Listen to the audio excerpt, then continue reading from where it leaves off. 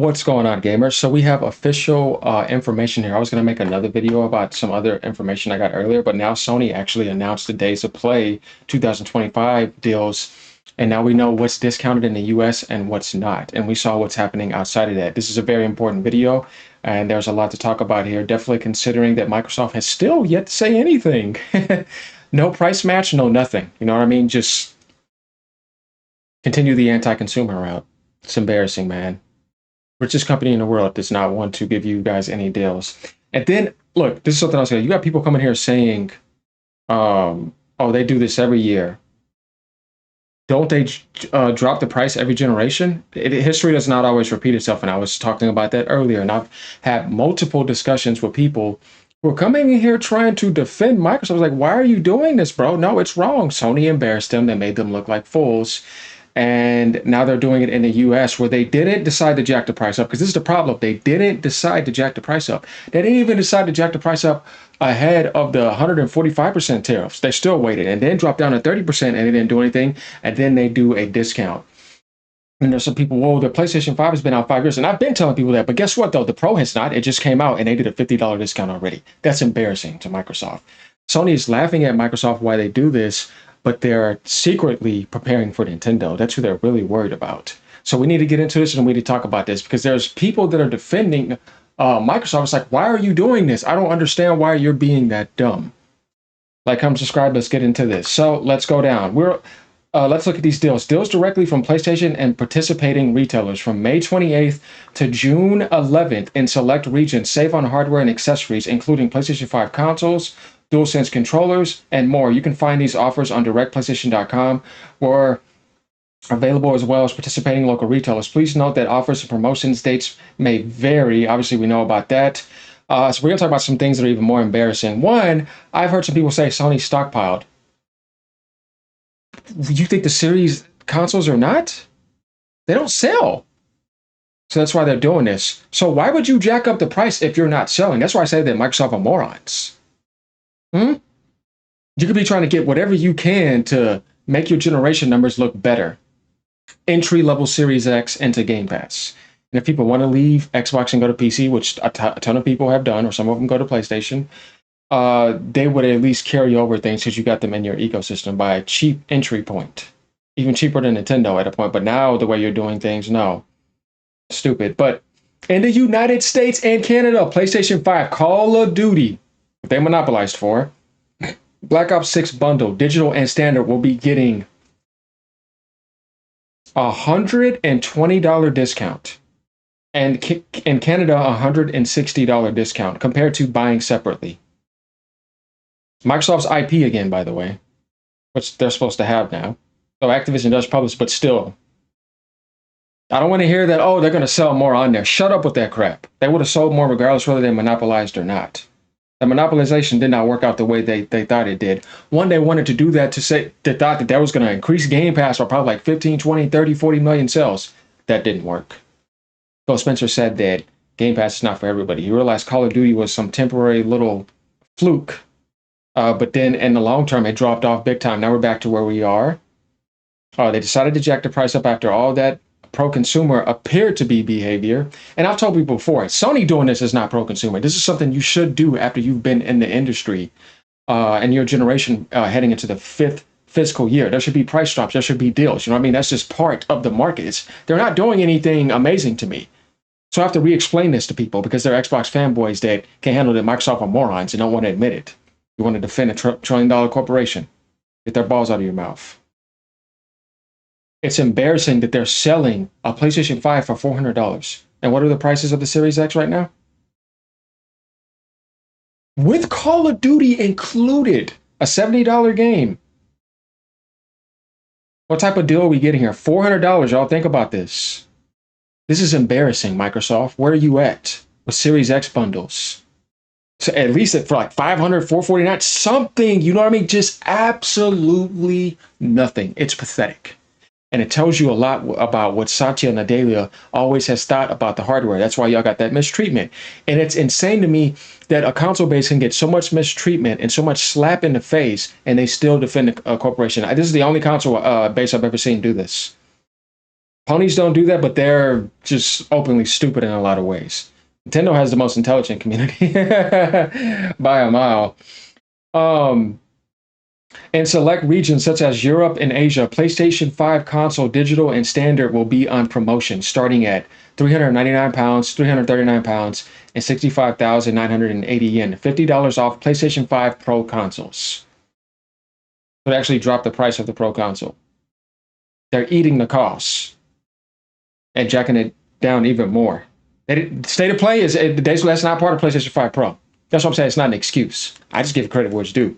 They decided to not be idiots. That's it. Microsoft should be doing this automatically. And I would say this is what they should be doing. You see what I'm saying? Because you've been doing this. No, you're doing the exact opposite now. History is now repeating itself. You're jacking the price up after, and you're in last place in everything.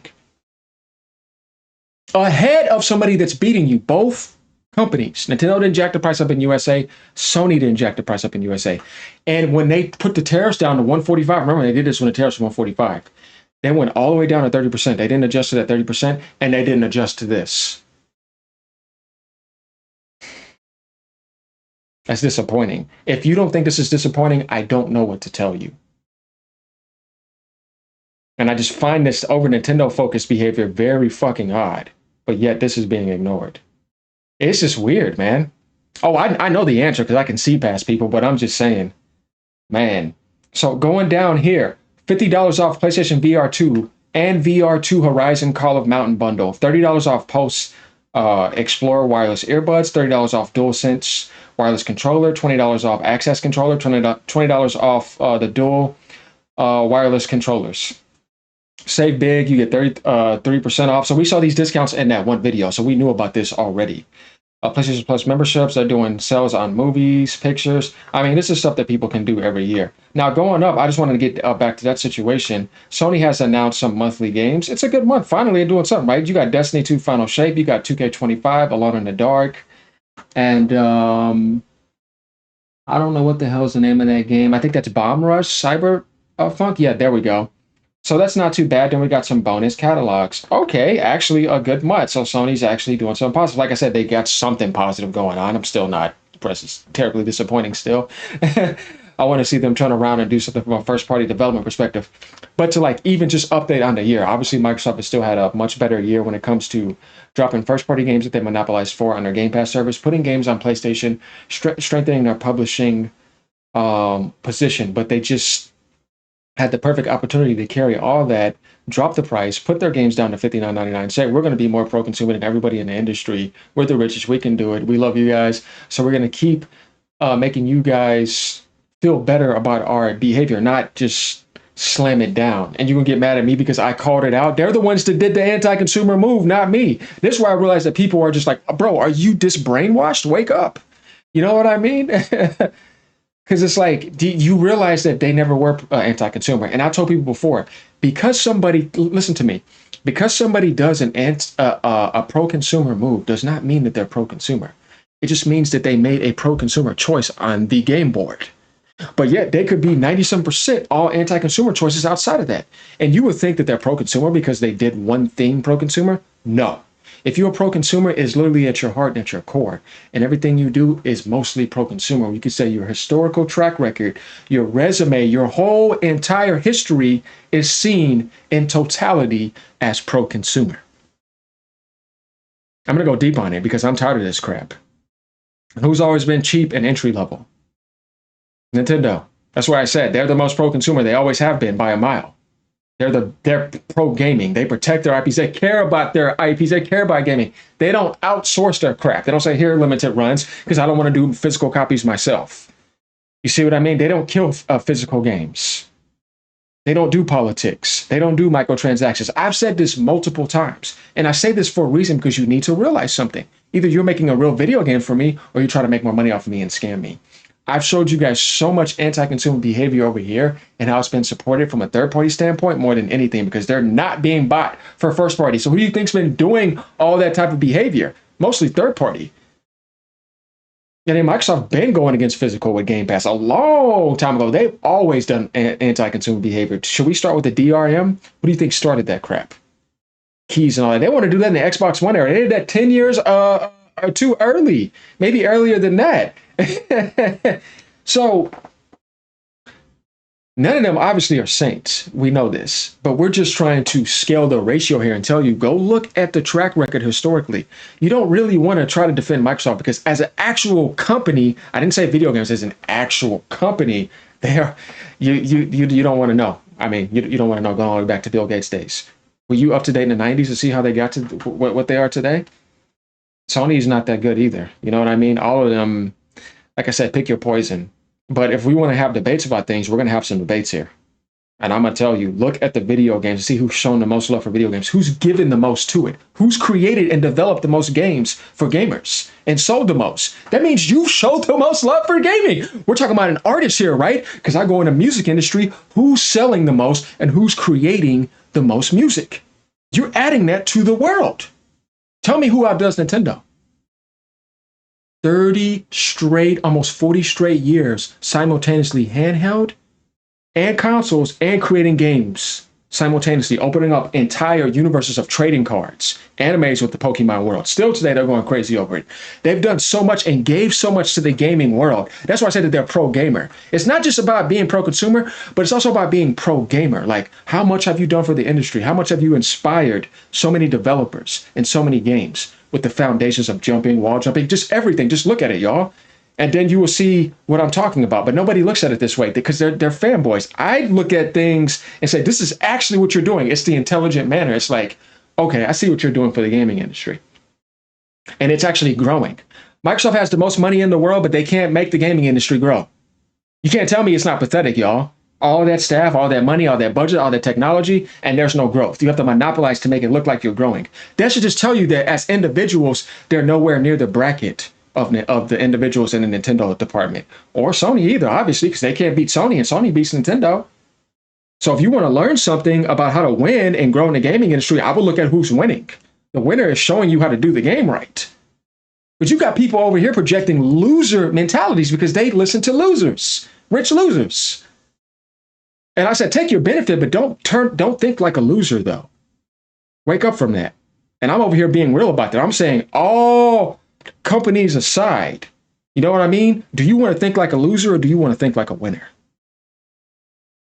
Get your benefits, but remember, stop projecting a loser mentality onto other communities and defending that mentality.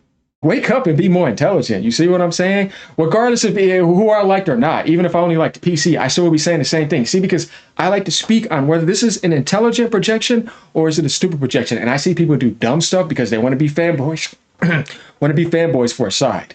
And I'm like, you could just be an intelligent person and not be stupid. Just don't say nothing then. Because I don't understand why people defend Microsoft the way they do. And it's like, why? Why are you this stupid to me? You shouldn't be defending that behavior. You want to defend some developers? Sure, but a $1 trillion corporation, bro, what are you doing? You looking dumb here. No. They're the worst, man, because it's like you have way more of an advantage. You don't have to worry about making mistakes, and you still make way more. Like, there's decisions that you should never make, but you still do it, and it's disappointing.